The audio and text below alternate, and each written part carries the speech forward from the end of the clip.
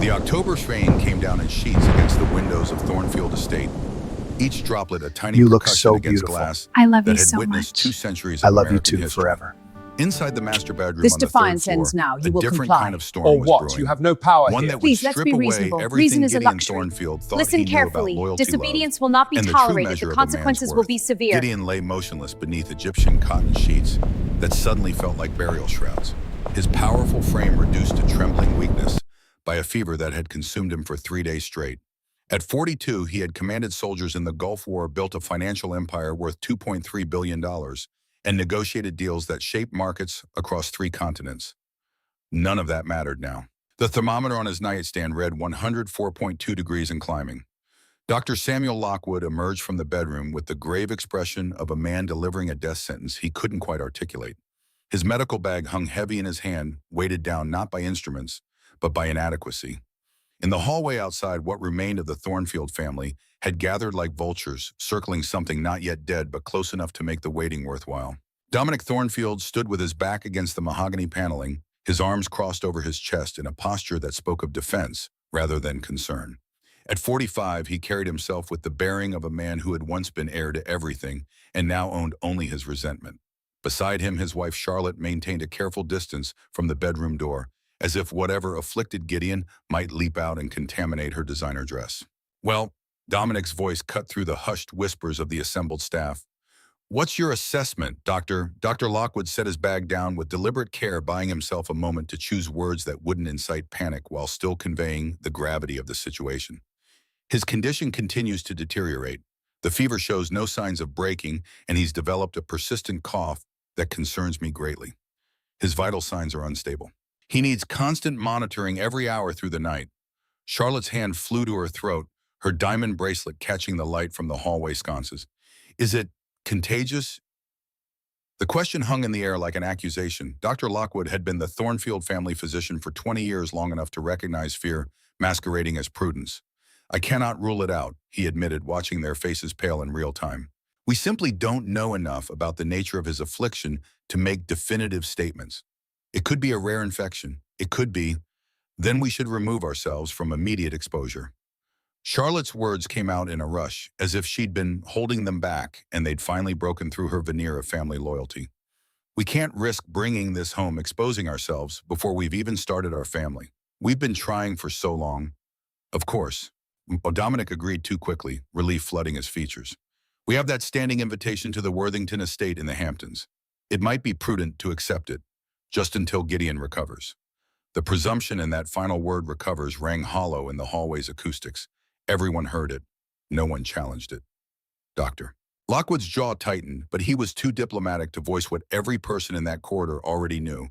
They were abandoning Gideon Thornfield to face his mortality alone, and they were doing it not out of genuine fear of contagion, but out of something far more insidious, fear of association with failure, with weakness, with the ultimate indignity of a powerful man brought low by something as democratic as disease. He cannot be left alone, Doctor. Lockwood said, his voice carrying the weight of medical authority. Someone needs to monitor his temperature, ensure adequate hydration, administer medications on schedule, and alert me immediately if his condition changes. This is not optional. Without constant care, he will die. The silence that followed this pronouncement was broken only by the sound of rain and distant thunder. 12 staff members stood in various states of discomfort, eyes downcast, hands clasped, each one suddenly finding the Persian runner beneath their feet absolutely fascinating. Mrs. Catherine Pembroke, the head housekeeper, who had run Thornfield Estate for 30 years, stepped forward. She was a woman of 65 who had seen 3 generations of Thornfields come and go, had witnessed births and deaths, scandals and triumphs, and had learned that crisis reveals character in ways prosperity never could. I need a volunteer, she said, her voice steady despite the tremor in her hands. Someone willing to stay with Mr. Thornfield through the night to provide the care Dr. Lockwood has outlined. The family will be departing within the hour. She didn't bother to hide the contempt in that last statement. Who will stay? 12 pairs of eyes remained fixed on 12 different sections of floor. The silence stretched, became uncomfortable, then unbearable. Each person had their reasons. Thomas, the senior butler, had grandchildren he couldn't risk exposing. Margaret from the kitchen staff had survived pneumonia last winter, and her lungs were still weak. The groundskeeper's wife was pregnant. On and on the justifications went unspoken. but understood a litany of legitimate fears and self-preservation instincts that added up to one inescapable truth: Gideon Thornfield would face this alone. Then from the back of the gathered staff, a voice. Quiet, certain. I'll stay. Every head turned. Mrs. Pembroke's eyes widened in surprise and something that might have been pride. Rosalie Hartwell stepped forward. At 20 years old, Rose was easy to overlook in the grand scheme of Thornfield Estate. She worked in housekeeping, the invisible machinery that kept a 50-room mansion running smoothly. Her job was to clean spaces after people had left them, to maintain the illusion that wealth created cleanliness by magic rather than by the calloused hands of working-class girls from Vermont who had learned early that labor was the price of survival. She was small, 5'5" in the practical shoes she wore for 12-hour shifts, with dark hair pulled back in a neat bun and brown eyes that missed nothing.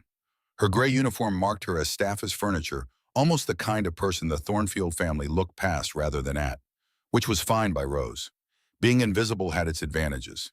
It let you observe. It let you think. It let you see the truth beneath the performance.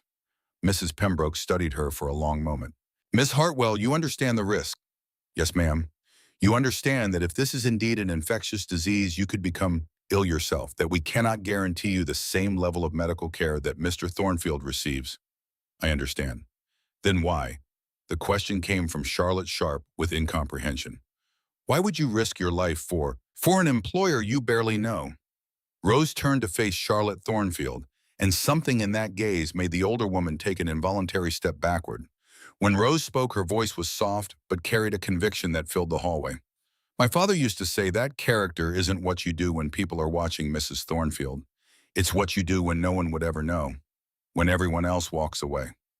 She paused, let that sink in. No one should die alone and afraid. Not Mr. Thornfield. Not anyone. The words landed like stones in still water, sending ripples of shame through the assembled group. Dominic's face flushed red. Charlotte looked away. The staff members who had remained silent found even more interesting things to study on the floor. Dr. Lockwood broke the tension. Miss Hartwell, I'll need to review the care protocols with you immediately. Every hour you'll need to monitor his temperature and record it. Fluids must be encouraged constantly. He's severely dehydrated. There are medications that need to be administered on a strict schedule. If his fever spikes above 105, you alert me at once, understood. If his breathing becomes labored, you alert me. If he loses consciousness and cannot be roused, you alert me. I understand, doctor. Good. He handed her a leather-bound journal. Everything gets written down. Times, temperatures, medications, observations, everything. Rose took the journal, felt the weight of it. This was more than record-keeping. This was bearing witness. This was documentation that someone had cared enough to stay to try to fight when fighting seemed futile. Within the hour, Thornfield Estate underwent a transformation.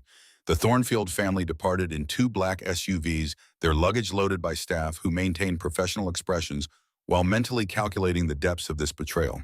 The other household employees retreated to their quarters, grateful for the reprieve, but unable to meet Rose's eyes as they wished her luck and promised to keep her in their prayers. By 9 o'clock that evening, the great house had fallen silent except for the rain and the occasional creak of old bones settling into night. Rose stood outside the master bedroom door, steeling herself for what lay beyond. She had a rolling cart beside her, loaded with supplies, ice water, clean linens, towels, the medications Dr. Lockwood had prescribed, a digital thermometer, the journal, and 3 books she'd grabbed from the library on her way up: Marcus Aurelius's Meditations, a volume of Whitman's poetry, and a medical encyclopedia that was probably outdated but better than nothing. She pushed open the door. The master bedroom of Thornfield Estate was a monument to old money and older taste. Dark wood furniture that predated the Civil War. Oil paintings of Thornfield ancestors in gilded frames. A 4-poster bed that could sleep 4 comfortably, but currently held one man who looked smaller than he should, diminished by illness, in a way that success and status could never protect against. Gideon Thornfield lay on his side, his powerful frame racked with shivers, despite the fire burning in the marble fireplace. His dark hair, normally impeccably groomed, was damp with perspiration. His face, usually composed in the cool mask of executive authority, was flushed with fever and twisted with discomfort. The sheets were tangled around him, evidence of restless movement and nightmares. Rose approached quietly, her practical shoes silent on the antique carpet. She set her supplies on the nightstand and reached for the thermometer. Mr. Thornfield, she called softly, can you hear me? His eyes fluttered open, gray eyes she noticed like storm clouds before rain. They struggled to focus, pupils dilated from fever and medication. Who? His voice was barely a rasp. Who are you? Oh, Rosalie Hartwell, sir. But everyone calls me Rose. I'm here to take care of you tonight. Where is everyone? The question held such naked vulnerability that Rose felt something crack in her chest. Here was a man who commanded boardrooms and directed millions in capital flows, reduced to asking where his family had gone. She could have lied. It would have been kinder. But Rose had learned from her father that truth, however painful, was the foundation of trust. They've gone to the Hamptons, sir. They were concerned about contagion. Something flickered across Gideon's face, not surprise, but confirmation of a suspicion he'd already harbored. He closed his eyes. Of course they have. Rose placed the thermometer under his tongue, waited for the beep, 104.2 degrees. She wrote it in the journal, 9:15 p.m. to 104. 2 degrees Fahrenheit, patient conscious but disoriented. I'm going to help you sit up so you can drink some water, she said, slipping her arm behind his shoulders. You're very dehydrated. Gideon was heavier than she expected, solid muscle beneath the weakness, but she managed to prop him up against the pillows. She held a glass to his lips, and he drank greedily, water running down his chin. When he finished, he leaned back, exhausted by the simple effort of drinking. Why are you here? He asked, those gray eyes fixed on her face with an intensity that fever couldn't quite dull. Aren't you afraid? Rose considered the question while she wrung out a cloth in the basin of ice water she'd brought. Afraid, yes, sir. Fear is a reasonable response to danger. Then why stay? She pressed the cool cloth against his forehead and watched his eyes close in relief. Because being afraid isn't a good enough reason to let someone suffer alone. For a long moment, the only sound was the rain and the fire's crackle. Then Gideon spoke again, his voice rough with emotion that had nothing to do with illness. What's your name again? Rosalie Hartwell, but please call me Rose. Rose. He tested the words, seemed to find it satisfactory. How long have you worked here, Rose? 3 years, sir, since I was 17. 3 years? A bitter laugh that turned into a cough. And in 3 years, have we ever spoken before tonight? No, sir. But you stayed anyway. Yes, sir. Why? Rose refreshed the cloth, pressed it against his burning skin. I suppose because I know what it's like to be abandoned when you need help most. When my father died, people we thought were friends disappeared overnight. They were afraid our bad luck might be contagious, that helping us might taint them somehow. She paused, remembering. I won't do that to someone else. I won't be that person. Gideon's hand emerged from beneath the sheets, reached for hers. His grip was weak but insistent. You're very kind, also very foolish. Perhaps, sir, but I can live with foolish. I'm not sure I could live with cowardice. Something in those words seemed to reach him, to penetrate the fog of fever and pain. His eyes opened fully, and, for just a moment, she saw the man he must be when healthy, intelligent, esticing, formidable. You're remarkable, Rose Hartwell. Before she could respond, his eyes rolled back and his body convulsed with another coughing fit. Rose supported him through it, counted the seconds, 38, until it subsided, leaving him gasping and weak. She noted it in the journal. 9:34 p.m. Severe coughing, episode 38, seconds duration. Breathing labored afterward. The first night stretched into an eternity. Rose learned the rhythm of crisis care. Check temperature every hour. Record the numbers. Watch for patterns. Encourage fluids even when he protested. Change sweat-soaked sheets without waking him. Administer medications on Dr. Lockwood's precise schedule.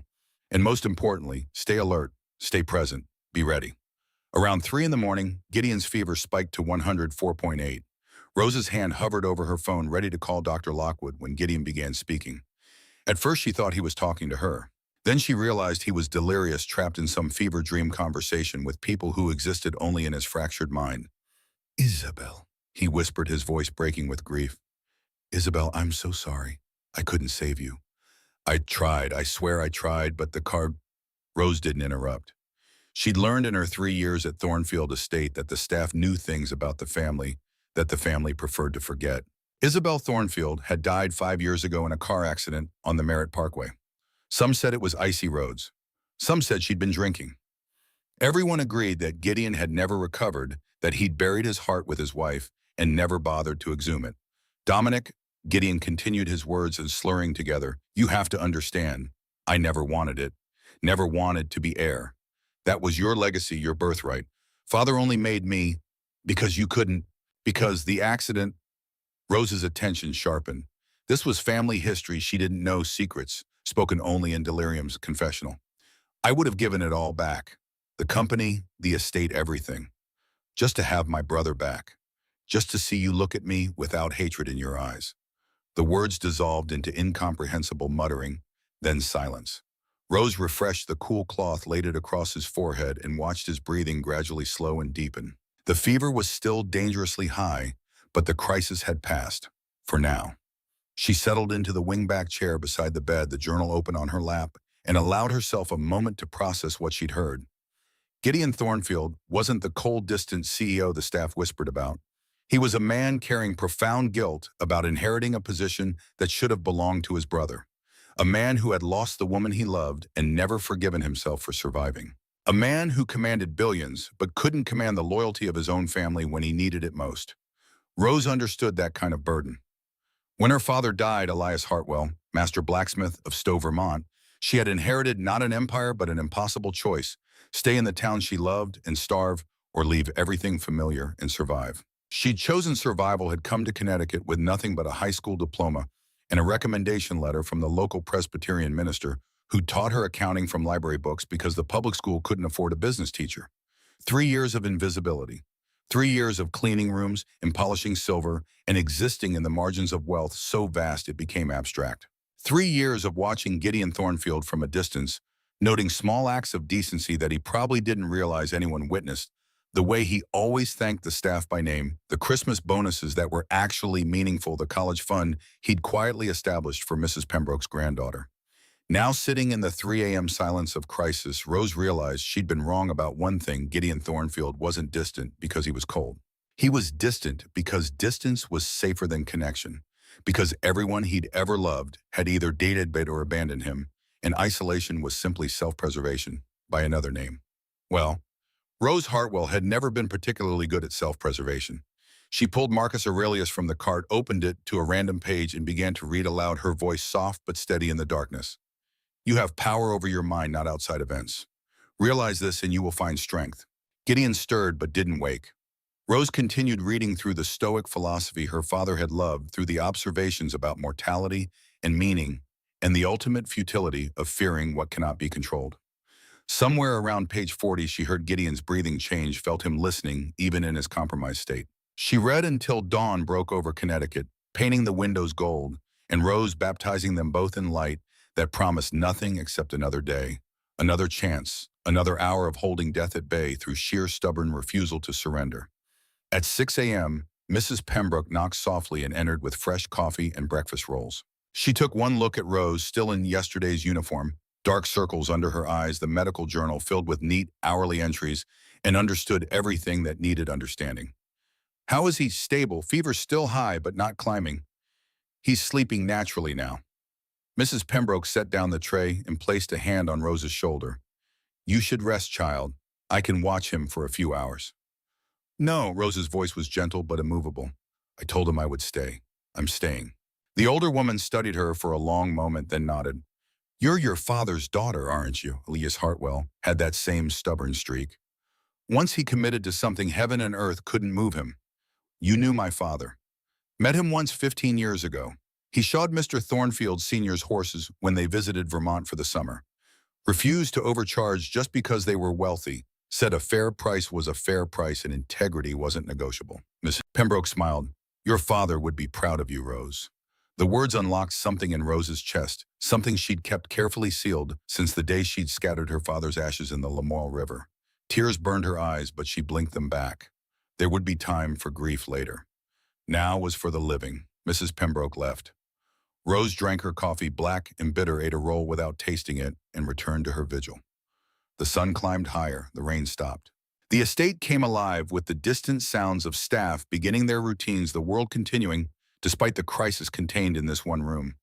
Around noon, Gideon's eyes opened. For the first time since she'd entered this room, they were clear, lucid, focused. You're still here, he said, wonder in his voice. I said I would be. He struggled to sit up, and Rose helped him, adjusting pillows, handing him water. He drank slower this time, more controlled. When he finished, he looked at her with those storm-gray eyes and asked the question that would change everything. What's your full name? Rosalie Elizabeth Hartwell, sir. And you've worked here for 3 years. Yes, sir. In housekeeping. Yes, sir. So we've existed in the same space for 3 years, and I never knew you existed. It wasn't a question, but Rose answered anyway. You've been busy running an empire, sir. I've been busy keeping it clean. Different orbits. Orbits? He seemed to taste the word. Do you know what Marcus Aurelius said about that? About the orbits we travel? Rose allowed herself a small smile. He said that we're all connected, that human beings are social animals, and that when we isolate ourselves, we violate our nature. Gideon's eyebrows rose. You've read Meditations. My father owned exactly one book, Mr. Thornfield. That was it. He said that an emperor and a blacksmith both face the same fire mortality, uncertainty, the need to find meaning in chaos. He said if Aurelius could face it, so could he. For a long moment, Gideon simply stared at her. Then he laughed a real laugh, rusty from disuse but genuine. Your father was a philosopher. He was a man who thought deeply while working with his hands. Isn't that what philosophy is supposed to be? Not abstract theory, but lived wisdom. Yes, Gideon's voice was soft. Yes, exactly that. Something shifted in the room's atmosphere, subtle as a change in air pressure before a storm. They were no longer employer and employee, CEO and housekeeper, rich man and poor girl. They were two people who had both loved Marcus Aurelius. Both understood that wisdom came from observation rather than education. Both recognized that crisis stripped away pretense and revealed what really mattered. Rose, Gideon said, and this time her name in his mouth sounded like the beginning of something rather than just identification. Why did you really stay? She could have given him the answer she'd given the others about character and principle and not being the person who abandoned someone in need. All of that was true. But sitting here in the golden light of early afternoon, having spent the night bearing witness to his most vulnerable moments, having read Stoic philosophy while he fought for his life, Rose found herself giving him the deeper truth. Because I've been invisible for 3 years, Mr. Thornfield. I've watched you from a distance, noticed things I don't think anyone else sees. The way you always learn the names of new staff. The way you asked Mrs. Pembroke about her granddaughter's college applications. The way you anonymously paid for Thomas's wife's cancer treatments last year. She paused. You've been kind when no one was watching. That kind of character doesn't deserve to die alone. Gideon's expression did something complicated, gratitude and grief and recognition all tangled together. You said you've been invisible. You're not invisible to me. Not anymore. I'm your nurse, sir. It's hard to stay invisible when you're monitoring someone's fever every hour. No, his voice was firm despite the weakness. You're not my nurse, Rose. You're my ally. He searched for the word, my companion in this battle. Allies don't hide from each other. Allies, Rose repeated, testing how the word felt. Doesn't that imply we're equals, sir? Fighting side by side rather than one above the other? Exactly. Gideon smiled and it transformed his face. And allies use first names. Call me Gideon. I couldn't possibly, You've spent the night saving my life while my own family fled to the Hamptons. You've read Marcus Aurelius to me at 3 a.m. You've seen me weak and afraid and stripped of every defense I normally hide behind. He held her gaze. I think we're past formality, don't you? Rose felt something dangerous bloom in her chest. Not love, not yet, but the precursor to love, the recognition of possibility. All right, she said quietly. Gideon. His eyes closed in what might have been relief or exhaustion or simply satisfaction. Thank you, Rose. The days that followed established a pattern that would become in its own way more intimate than any physical touch. Rose maintained her vigilant scheduled temperature every hour, medications on precise timetables, fluids constantly encouraged observations, meticulously recorded. But between the mechanical necessities of medical care, something else was happening. They talked. Gideon told her about the Gulf War, about being a 21-year-old lieutenant responsible for soldiers not much younger than himself, about learning that leadership meant making decisions with incomplete information and living with the consequences, about how that experience had shaped his approach to business, calculated risk, clear hierarchy, decisive action, tempered with responsibility for everyone downstream from his choices. Rose told him about Stowe, about a childhood spent in the shadow of Mount Mansfield, about her father's blacksmith shop, where she'd learned that metal had integrity, that if you didn't respect its properties, it would break or bend in ways you didn't intend. About her mother who'd cleaned houses to make ends meet and had taught her that there was dignity in labor, that honest work was nothing to be ashamed of. They discovered shared loves. Both had memorized passages from Whitman's Song of Myself. Both believed that Adam Smith's theory of moral sentiments was more important than the wealth of nations. Both thought that democracy was an experiment that required constant tending, that you couldn't just establish it and assume it would self-perpetuate. On the fourth day, when Gideon's fever finally broke and stayed below 100 for 6 consecutive hours, he asked her about her education. "I finished high school," Rose said, refreshing his water glass. "Our school was small, 150 students total. We didn't have a business program, so Reverend Matthews taught me accounting from textbooks he ordered from UVM. Said I had a head for numbers." "You taught yourself accounting?" "Reverend Matthews taught me. I just paid attention." Gideon sat up straighter, more alert than he'd been in days. "What else did you study?" "Whatever was in the public library. Philosophy, history, economics, literature. I figured if I couldn't afford college, I could at least educate myself." She smiled wryly.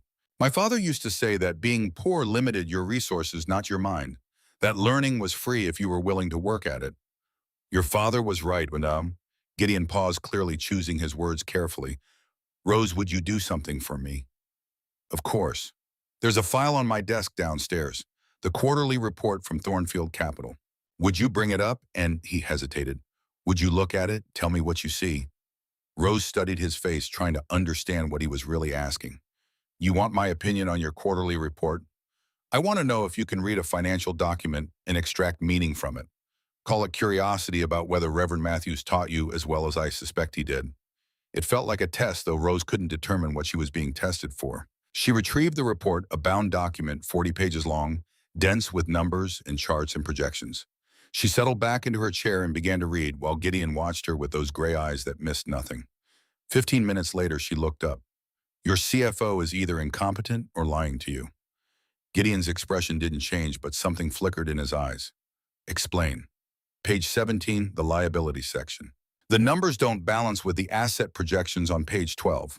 If your assets are growing at 8% annually, but your liabilities are only listed as growing at 3%, someone's either moved debt off the books or they're not accounting for variable rate exposure." She flipped pages. "And here on page 23, your foreign currency hedging costs are listed as 0.03% of total assets. But given the volatility in the euro and yuan seen over the past quarter, that seems impossibly low unless you're taking on unhedged exposure." Gideon was fully alert now, fever forgotten.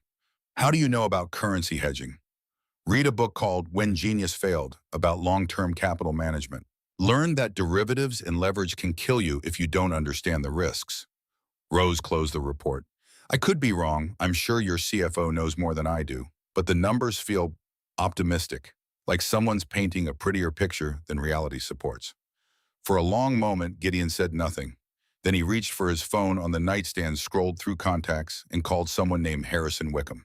"Harrison, it's Gideon. I need you to do something for me. Pull the full audit files for Q3, not the summary report. I want to see the underlying data on our Forex hedging positions and our debt structure." "Yes, I know I'm supposed to be resting." "Harrison, just do it. By tomorrow morning. Thank you." He ended the call and looked at Rose with an expression she couldn't quite read. "You just potentially uncovered either fraud or incompetence at the executive level of my company, using one book about a hedge fund collapse and some self-taught accounting skills." "I'm probably wrong." "You're probably right, which raises an interesting question, Rose Hartwell." He leaned back against the pillows, a smile playing at the corners of his mouth. "What else can you do that I don't know about?" And there it was again, that dangerous blooming in her chest. Not love, not yet, but recognition. The sense that this man saw her, really saw her in a way no one had since her father died. Not as a housekeeper or a charity case or a pretty face to be dismissed, but as a mind, a person, and equal. "I can read," she said simply. "I can think, I can learn. Isn't that enough?" "More than enough." His voice was soft, "more than I dared hope for." The words hung between them, weighted with meanings neither of them was quite ready to name. Outside, evening was falling across the Connecticut countryside, painting the world in shades of amber and shadow. Inside the master bedroom of Thornfield Estate, two people who had existed in different orbits for 3 years found themselves pulled into a new alignment, one where wealth and status mattered less than wisdom and courage. Rose stood to check his temperature, 98.9, the first normal reading in 5 days, and entered it in the journal that had become a record of more than just medical data. It was documentation of transformation of the night a dying man found a reason to live, and an invisible girl found someone who could see her. Neither of them knew it yet, but this was the beginning. Not of a fairy tale where the prince rescued the maiden, but of something more radical and more real, a partnership between equals who had learned that the greatest wealth wasn't measured in dollars, but in the courage to stay when everyone else fled to see, when everyone else looked past to care when caring came at the highest cost.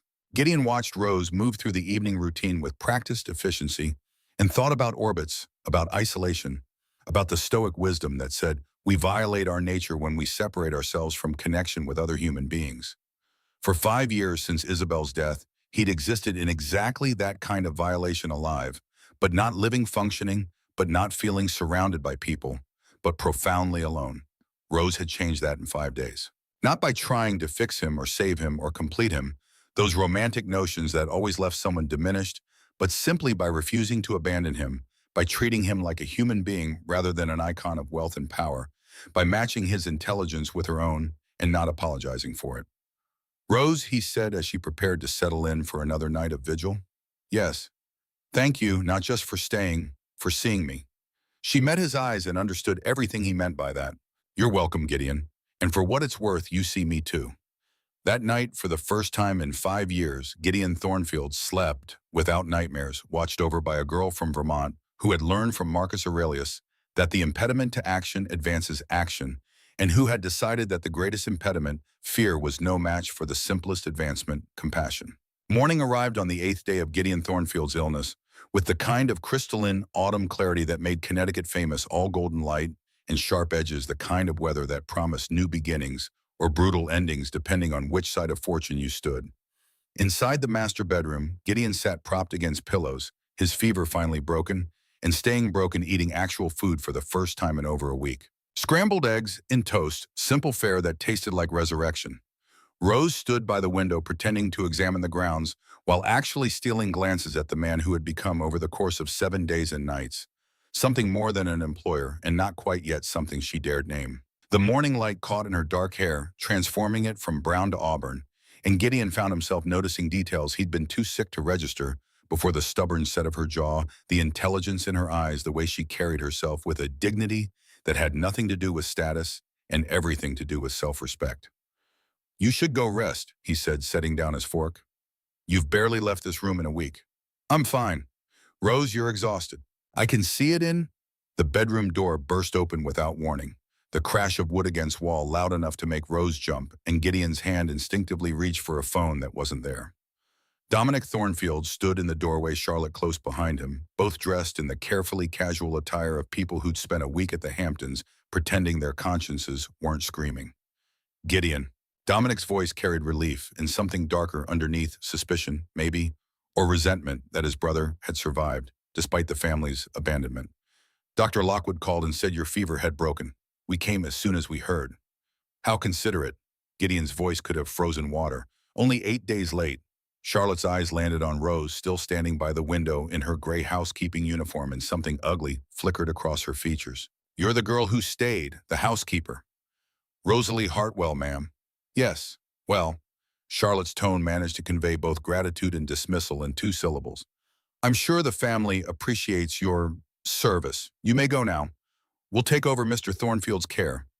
Rose looked to Gideon, seeking permission or instruction, or maybe just acknowledgement that the past week had meant something. He gave the slightest shake of his head.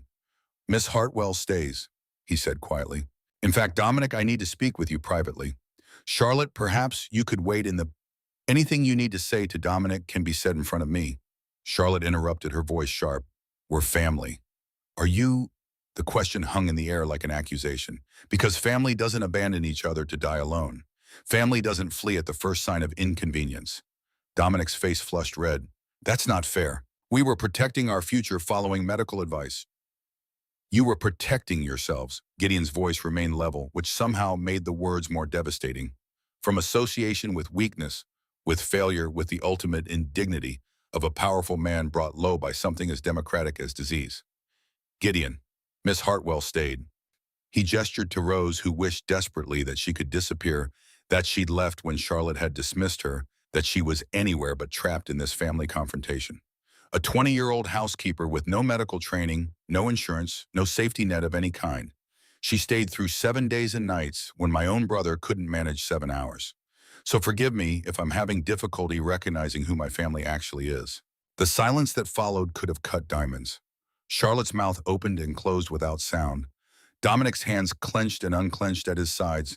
And Rose, standing by the window, felt the terrible weight of being the catalyst for a rupture 20 years in the making.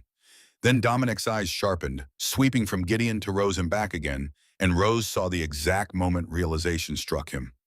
My God, Dominic breathed. You're in love with her. The words detonated in the room like a grenade. Gideon didn't deny it, couldn't deny it because the truth of it was written all over his face, the way he looked at Rose, the protective instinct in his posture, the fact that he'd chosen to keep her in the room despite the obvious discomfort. Charlotte laughed, a brittle sound that had nothing to do with humor. This is insane, Gideon. She's a housekeeper, a servant. You can't possibly what? Gideon's voice took on an edge that Rose had never heard before, dangerous and cold. Can't possibly recognize courage when I see it. Can't possibly value loyalty over lineage. Can't possibly love someone who stayed when everyone else ran. Love. Dominic stepped forward, his voice rising. You've known her for a week. I've known you for 45 years, and apparently I didn't know you at all. The strike landed with surgical precision. Dominic reeled back as if physically struck, pain and anger warring across his features. That's not fair, he said, but this time the words lacked conviction. Neither is spending 20 years resenting me for an inheritance I never wanted. Gideon sat up straighter, strength returning to his voice.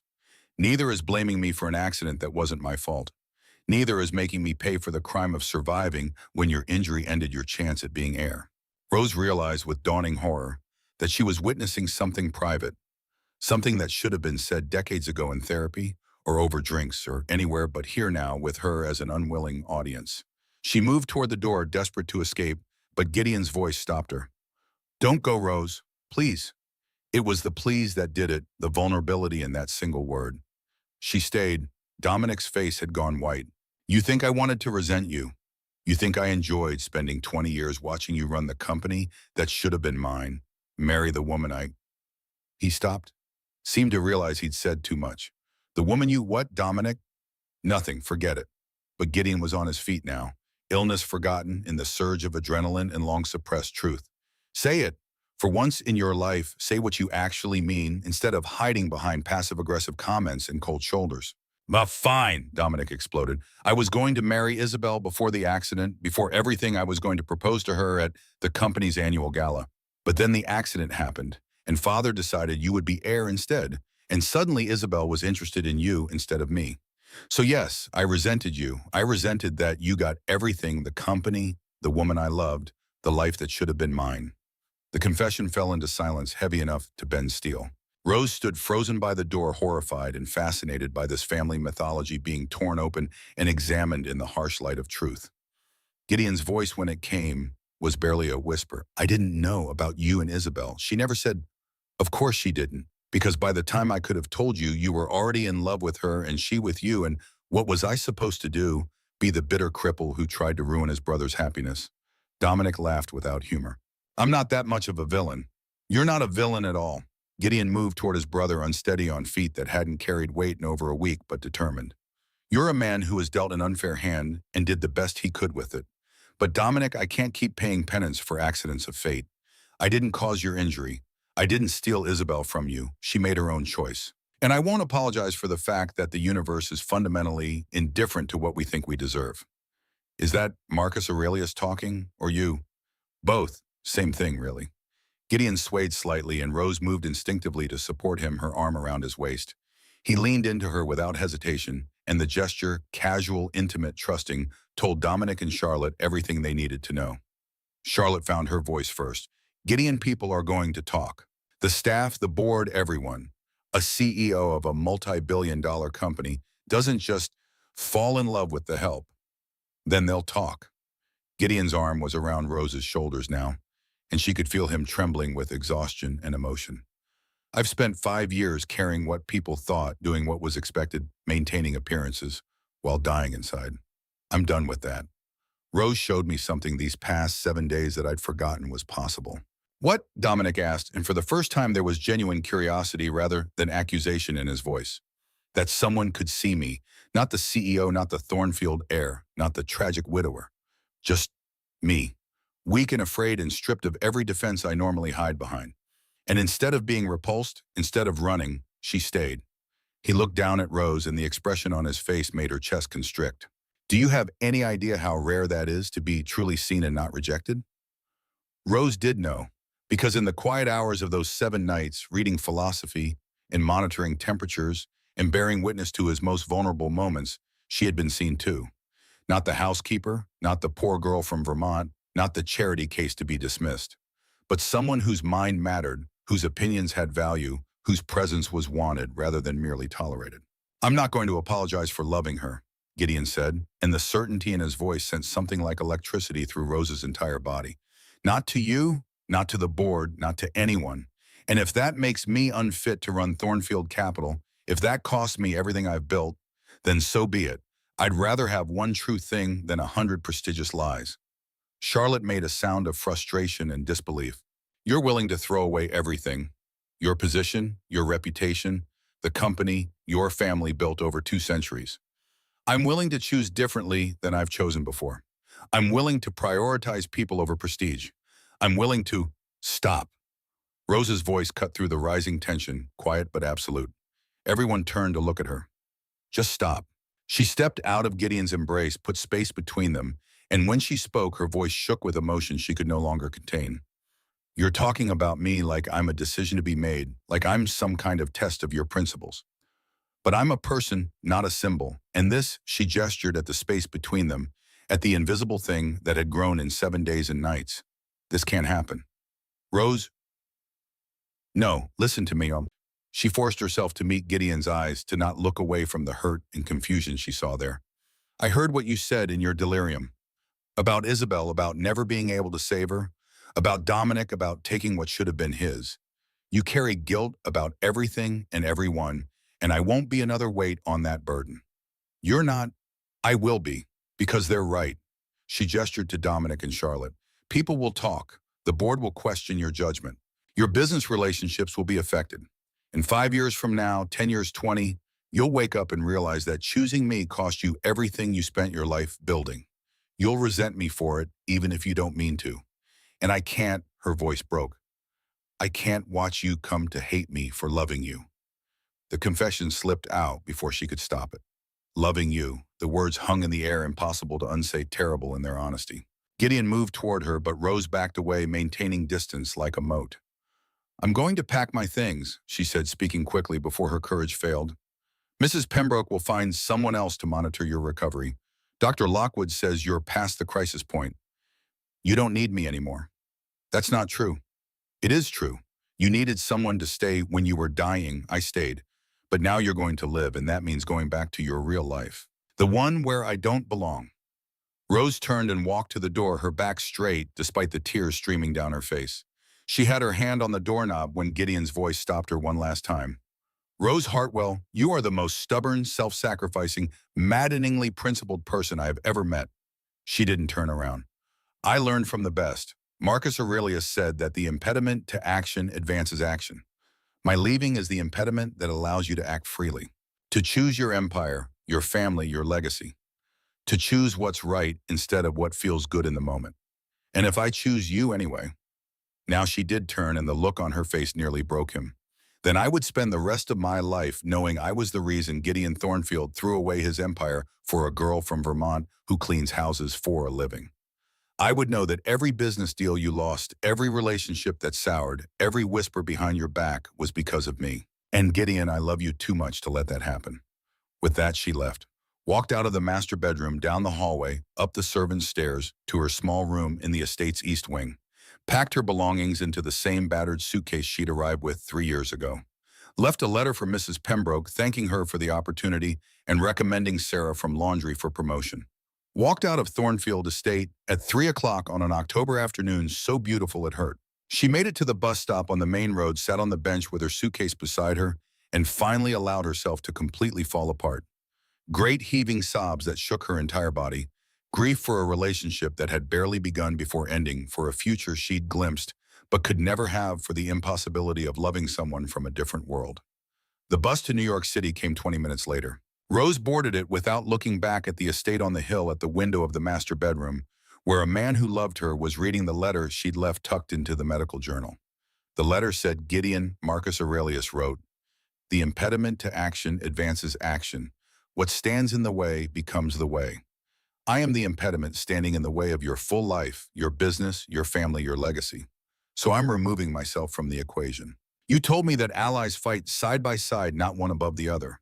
But the truth is we can never be allies, never be equals in a world that will always see you as a billionaire and me as the help. That inequality isn't your fault or mine. It's just the reality we live in. Don't look for me. Don't try to make this into something it can't be. You saved my life once, gave me a job when I had nothing, showed me kindness when I was invisible, saw me when no one else did. Now let me save yours. Go back to your empire. Make it mean something. Use your power for good. Be the man your father wanted, the leader your company needs, the legacy your family deserves. And maybe sometimes when you read Meditations, you'll remember the girl from Vermont who stayed when everyone else ran, who loved you enough to leave. Your ally in the battle that matters most, becoming who we're meant to be. Rose Gideon read the letter 3 times while Dominic and Charlotte stood silent witnesses to his grief. Then he folded it carefully, placed it in the Marcus Aurelius volume that still sat on his nightstand, and made a decision that would alter the trajectory of multiple lives. Get out, he said quietly. Gideon, both of you, get out of my house, now. They left. And Gideon Thornfield, newly recovered from an illness that should have killed him, saved by a woman who had just walked out of his life, did something he hadn't done since Isabel's funeral 5 years ago. He wept. The days that followed Rose's departure had a surreal quality, like existing in a photograph that had been slightly overexposed, all the details present, but the colors wrong, the contrast too harsh. Gideon recovered his physical strength with frustrating slowness, his body still weak from the ricin poisoning that Dr. Lockwood had confirmed through laboratory analysis of the vitamin supplements sent monthly by Cordelia Ashcroft. The discovery of the poisoning had triggered a cascade of events. Dr. Lockwood had reported it to the authorities. The FBI had opened an investigation. Cordelia's offices had been raided, her computers seized, her bank accounts frozen. The case was being built, evidence gathered, but justice moved slowly while Gideon's heart remained broken in real time. On the 10th day after Rose left, Tobias Merrick, the private investigator Gideon had hired within hours of reading her letter, finally tracked her down. She was working at a boutique hotel in Manhattan, living in a shared apartment in Queens, continuing the pattern of invisibility she'd perfected at Thornfield Estate. Gideon stood outside the Gramercy Park Hotel at 5:30 in the evening, watching staff members exit after their shifts, waiting. When Rose emerged in a different gray uniform, but the same posture of dignity and exhaustion, his heart performed gymnastics that felt both painful and necessary. She saw him immediately, froze. For a moment, they simply stared at each other across 20 feet of sidewalk in an ocean of class divide. Then Gideon did the only thing that made sense. He walked toward her with the determined stride of a man who had spent 10 days thinking about nothing but this moment, rehearsing speeches and arguments and pleas, and when he reached her, he said the 2 words that mattered most. I'm sorry. Rose's eyes widened. You're sorry. For not coming after you sooner, for letting you walk away thinking that your sacrifice would somehow make my life better. For being so caught up in my own fear of loss that I didn't fight for what we both know is true. Gideon, we talked about this. No, you talked. You made a unilateral decision about what was best for both of us based on a worldview that I reject. He reached into his jacket pocket, pulled out the worn copy of Meditations. You quoted Marcus Aurelius to me. Let me return the favor. The happiness of your life depends upon the quality of your thoughts. Rose, my thoughts have been about you. Every waking hour for 10 days. Thoughts about your courage, your intelligence, your absolutely infuriating nobility. Those thoughts make me happy. Losing you makes me miserable. Therefore, the logic is simple. Despite herself, Rose felt a smile tugging at her lips. You're using Stoic philosophy to argue against Stoic acceptance of fate. I'm using Stoic philosophy to argue for Stoic focus on what's within our control. I can't control society's judgment. I can't control the board's reaction or my family's disapproval. But I can control this. He stepped closer. I can control choosing you every day, every moment, despite and because of everything.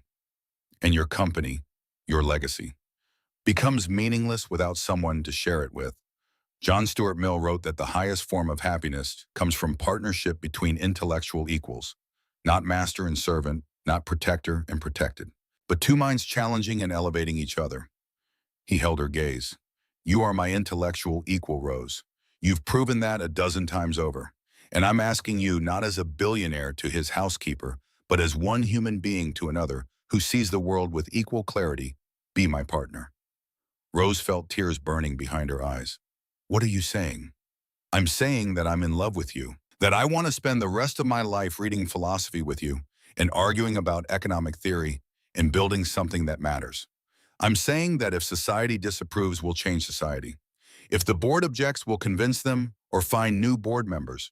If my family can't accept you, then they'll learn or they'll lose me. Gideon, I'm saying marry me. The words fell into the evening air like stones into deep water, sending ripples through everything. Around them, New York continued its perpetual motion cabs, honking people, rushing the city's heartbeat, indifferent to private revolutions. But in the small bubble of space where they stood, time had stopped. You can't be serious, Rose whispered. I've never been more serious about anything in my life. Gideon took her hand, felt her trembling. I know it's fast. I know it's unconventional.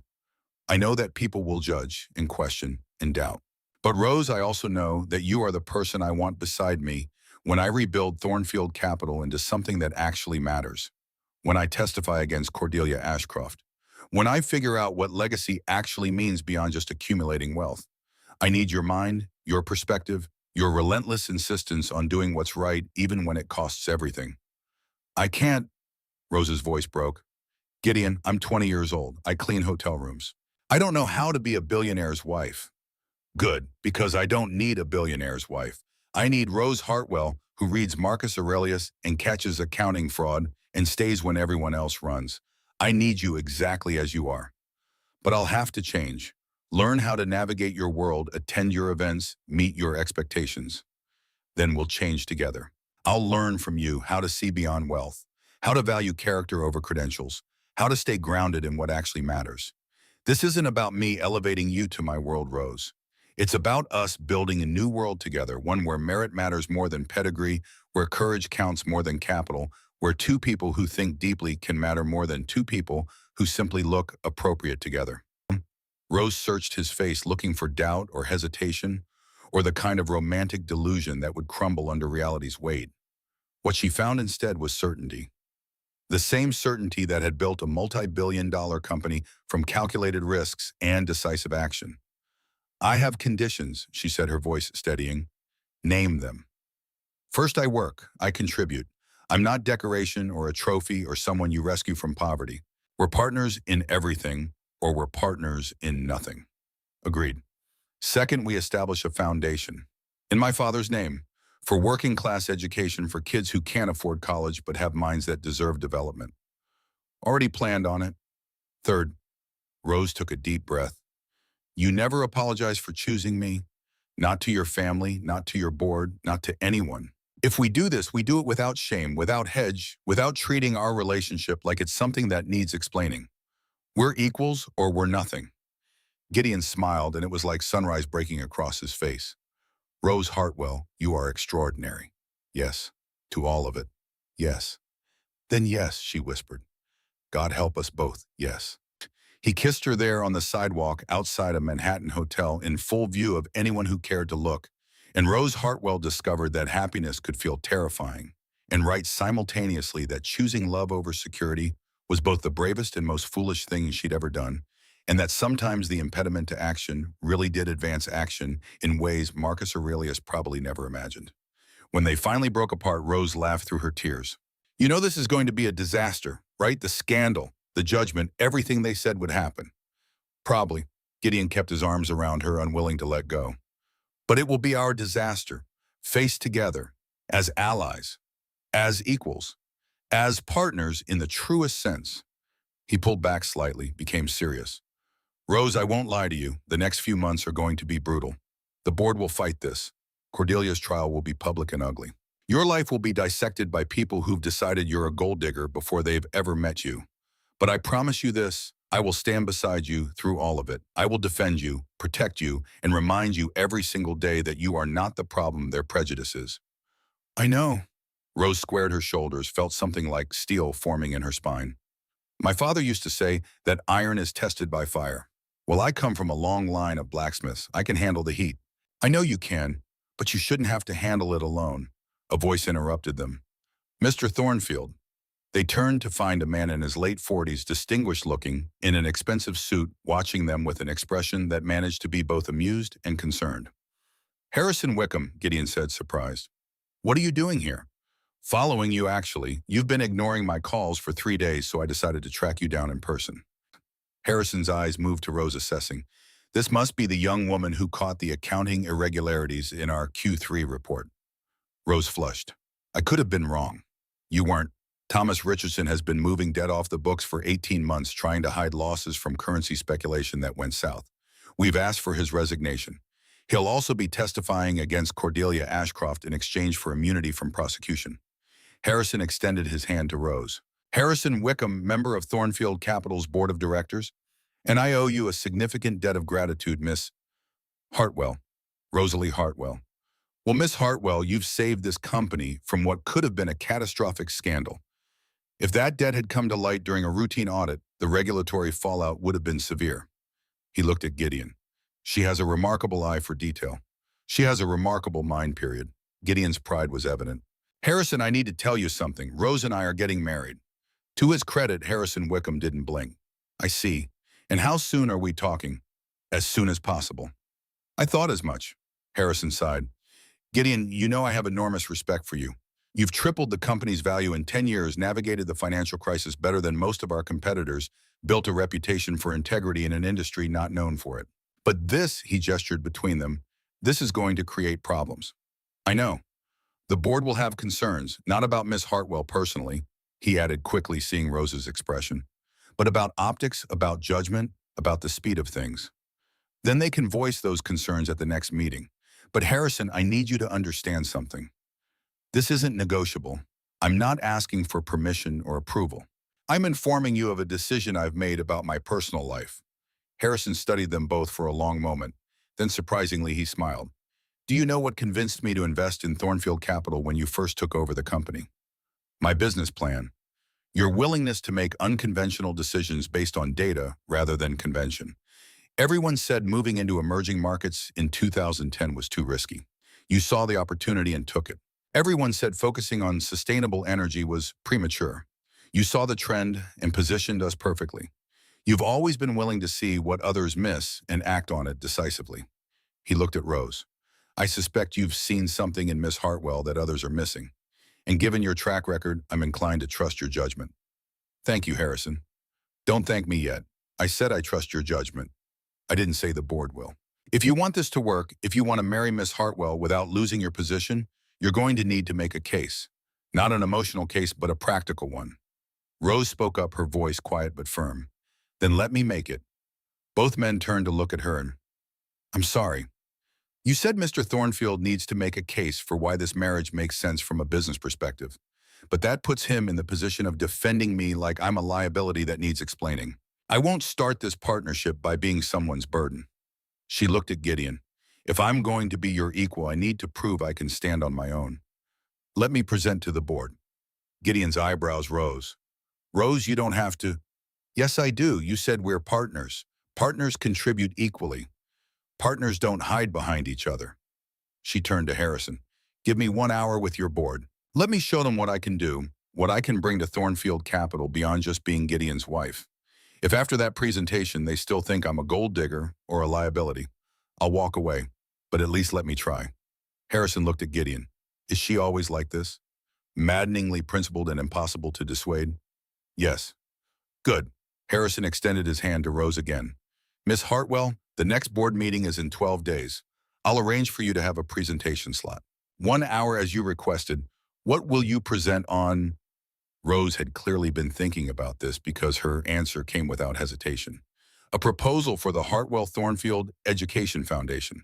Funding structure, implementation strategy, expected social return on investment, and how it aligns with Thornfield Capital's existing corporate social responsibility initiatives while opening new markets in impact investing. Harrison blinked. That's actually brilliant. Impact investing is exploding right now, and we don't have a significant presence in that sector. I know. I read your annual report, all 67 pages.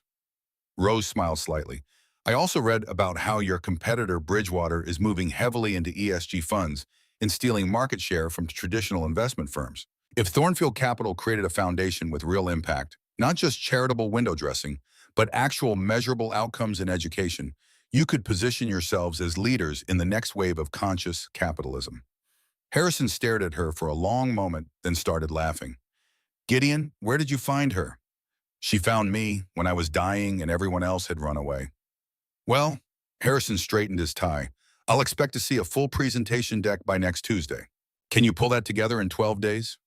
Rose looked at Gideon, who was watching her with an expression of wonder and pride. We can pull it together in 10. Partners remember.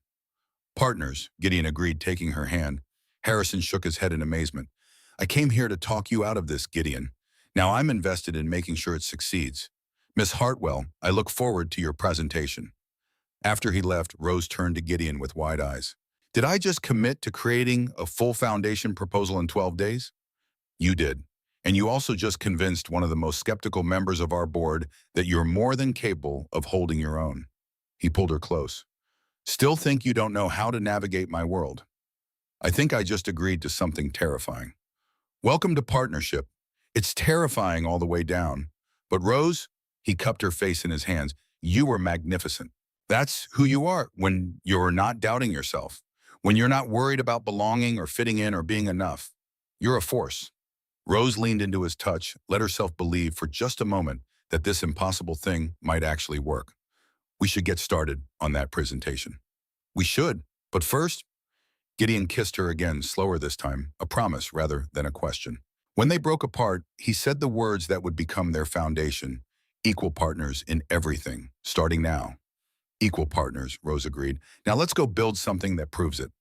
12 days turned into an intensive marathon of work so consuming that Rose would later remember it as a blur of coffee and spreadsheets and arguments over methodology that somehow deepened rather than strained their nascent partnership. Gideon's penthouse apartment in Tribeca became a war room, every surface covered with financial projections, educational research, impact metrics, and the bones of what would become the Hartwell-Thornfield Foundation. They worked 16-hour days. Gideon taught Rose the language of institutional investing, showed her how to structure financial vehicles that could sustain charitable work without depleting principle. Rose taught Gideon about educational inequality from the ground up, shared stories from Stowe that transformed abstract poverty statistics into human faces with names and histories and potential being wasted for lack of resources. On the seventh night, around 2 in the morning, Rose found herself staring at a projected 5-year budget that made her dizzy with its zeros. This is $20 million, she said, her voice small. Gideon, that's more money than everyone I knew growing up will earn in their combined lifetimes. It's also less than 2% of Thornfield Capital's annual revenue. Rose, this isn't charity. This is investment in human capital that will yield returns we can't even project yet. How many geniuses are cleaning hotel rooms right now because they can't afford college? How many innovators are stuck in service jobs because no one will take a chance on them? This foundation doesn't just help individuals. It helps society recover talent it's currently wasting. She looked at him across the table, littered with their research. This man who had transformed in 2 weeks from distant CEO to intellectual partner to something she still didn't quite have words for. You really believe that, don't you? That this can work? I believe in evidence. And the evidence says that you caught accounting fraud after reading one book and studying one quarterly report. If you can do that with self-taught skills and library books, imagine what you could have done with formal education. Now multiply that by 10,000 kids just like you. Rose, this isn't idealism. This is practical recognition of wasted assets. He paused. Plus, I believe in you, which given your track record is the safest bet I've ever made. The presentation came together like pieces of a puzzle that had been waiting to be assembled. Rose would present the problem, educational inequality, as market inefficiency talent, being systematically overlooked because of class barriers, the social and economic costs of human potential being squandered. Gideon would present the solution, a foundation structure that provided not just scholarships, but comprehensive support, mentoring from Thornfield, capital executives, summer internships, job placement assistance. Together, they would present the numbers, projected outcomes, cost per student, expected return on investment, measured in both social impact and potential talent pipeline for the company. The night before the board meeting, Rose stood in front of the bathroom mirror in Gideon's apartment, trying on the suit he'd insisted on buying her. Charcoal gray, perfectly tailored, expensive enough that she'd initially refused until he'd pointed out that presentation was part of persuasion, and she needed every advantage. She looked different, professional, polished, like someone who belonged in boardrooms rather than housekeeping closets. The thought was both thrilling and terrifying. Gideon appeared in the doorway, already dressed in his own suit, and the look on his face made her blush. "You're staring," she said. "I'm appreciating. There's a difference." He crossed to her, adjusted her collar with the kind of casual intimacy that still made her breath catch. "You ready for tomorrow?" Terrified. "Good. Fear means you understand the stakes. But Rose," he turned her to face him, "I've watched you for the past 12 days. The way you synthesize information, the way you argue, the way you refuse to accept surface-level answers. You're going to walk into that boardroom and show 12 very smart, very skeptical people that you're smarter than they expected and more prepared than they feared. And if they can't see that, then they're not smart enough to sit on my board. Eh? And if I fail, if they vote against us, then we'll figure out another path. But Rose, you won't fail. Not because I have blind faith, but because I've seen you work. I know what you're capable of." She leaned into him, drew strength from his certainty. "My father used to say that iron is tested by fire. I guess tomorrow is my forge. And you're going to come out steel." The boardroom of Thornfield Capital occupied the 42nd floor of a midtown skyscraper. All glass and chrome and the kind of aggressive modernity that declared financial power without subtlety. 12 members of the board sat around a table that could have doubled as a landing pad, their expressions ranging from curious to openly hostile, as Rose entered behind Gideon. She recognized Harrison Wickham from their street encounter, gave him a small nod that he returned. The others were strangers, though she'd memorized their names and backgrounds. Patricia Morrison, former Treasury Secretary. Malcolm Reed, CEO of a major pharmaceutical company. David Brennan, old money Manhattan fourth-generation board member. And 9 others representing some combination of institutional investors, family trusts, and strategic partners. Gideon made the introductions with a calm that Rose envied. "Thank you all for making time for this special presentation. As you know, I've asked for an hour of your time to discuss a new initiative that I believe will benefit both Thornfield Capital and the communities we operate in." Presenting today is Rosalie Hartwell, who many of you know identified the accounting irregularities in our Q3 report that led to Richardson's resignation and ultimately to his testimony against Cordelia Ashcroft. Ms. Hartwell has spent the past 12 days developing a comprehensive proposal for what we're calling the Hartwell Thornfield Education Foundation. He gestured to Rose and took a seat, leaving her standing alone at the head of the table. 12 pairs of eyes evaluated her with the kind of clinical assessment usually reserved for quarterly earnings reports. She felt her hands start to shake, forced them to stillness, and began. "Thank you, Mr. Thornfield. Members of the board, I'm going to start with a question. What is Thornfield Capital's most valuable asset?" Silence. Then Malcolm Reed spoke. "Our investment portfolio, obviously." "Your portfolio is worth approximately $2.3 billion, Rose agreed. "But it's not your most valuable asset. Your most valuable asset is your ability to identify opportunities that others miss. That skill, the ability to see value where conventional wisdom sees risk, is what built this company. My question is, why do you only apply that skill to financial markets? Why not to human capital?" She clicked to the first slide. Not bullet points or dense text, but a photograph of a teenage girl in a small-town library, reading at a table surrounded by stacks of books. "This is what I looked like at 17. That library was in Stowe, Vermont, population 4,500. The books I'm reading are business textbooks that Reverend Matthews ordered because our high school couldn't afford a business program. I taught myself accounting from those books. I taught myself economics, finance, business law. And when I was done, I came to Connecticut and got a job cleaning houses because that was the only opportunity available to someone with my credentials." Next slide. A spreadsheet showing educational attainment correlated with family income. Here's what the data tells us. There are currently 3.7 million young people in the United States working in service industries who have the intellectual capacity for advanced education but lack the financial resources. We're not talking about marginal students. We're talking about people who score in the top 20% on standardized tests, but who will never attend college because they can't afford it. 3.7 million. Malcolm Reed leaned forward. Miss Hartwell, with all due respect, charitable foundations are expensive and rarely show meaningful return on investment. You're right, if we approach this as charity. But what if we approach it as talent acquisition? She advanced to the next slide, a flowchart showing the foundation's structure. The Hartwell Thornfield Foundation won't just provide scholarships. It will create a pipeline. We identify high-potential students from working-class backgrounds. We fund their education, yes, but we also provide mentoring from Thornfield Capital executives, summer internships, skill development in areas where we see market demand. And when they graduate, they have first-option employment opportunities with companies in our portfolio. Patricia Morrison, the former Treasury Secretary, spoke up. That's essentially creating an indentured servant class. No, ma'am. Students who receive foundation support have no obligation to work for Thornfield Capital or our portfolio companies, but they will have received mentoring, networking, and skill development specifically designed to make them competitive in our industries. We're betting that a percentage of them will choose to work with us because we invested in them when no one else would, and that percentage doesn't have to be high to generate significant value. Rose advanced the slides showing projections. If we fund 1,000 students per year and 10% choose to join Thornfield Capital or our portfolio companies, that's 100 highly motivated, highly trained employees annually who carry institutional loyalty and diverse perspectives that our current talent pool lacks. The cost is $20 million per year. The value, she paused, is immeasurable, but we've tried to measure it anyway.